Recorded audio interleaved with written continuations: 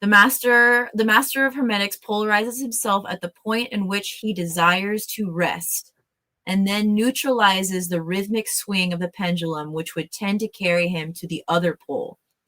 All individuals who have attained any degree of self-mastery do this to a certain degree, more or less unconsciously, but the master does this consciously and by the use of his will, and attains a degree of poise and mental firmness almost impossible of belief on the part of the masses, who are swung backward and forward like a pendulum.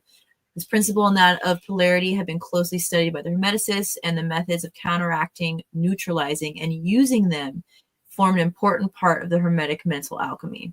Sorry, so I wanted to reread that for myself. Not that your reading was fine. I just wanted to is that like revisit that.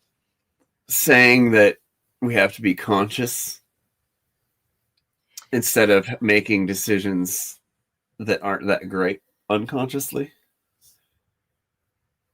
Wait. Yeah, like, so, okay, so I'm trying to just, the way my mind works, I'm just trying to like visualize it. So Yep. The master of Hermetics polarizes himself at the point at which he desires to rest. So thinking about if we have like a spectrum, right? And we have this rhythm swinging between the two poles.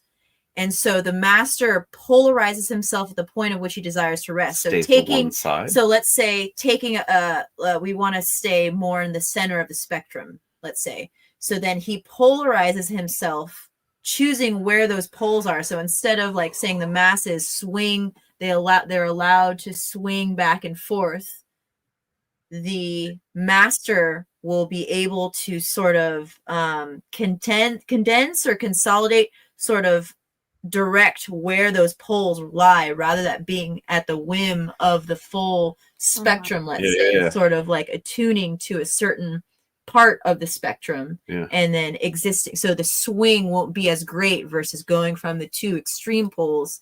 It's less of a swing. It's more attuned, to a specific region or frequency or whatever, or however you would say it.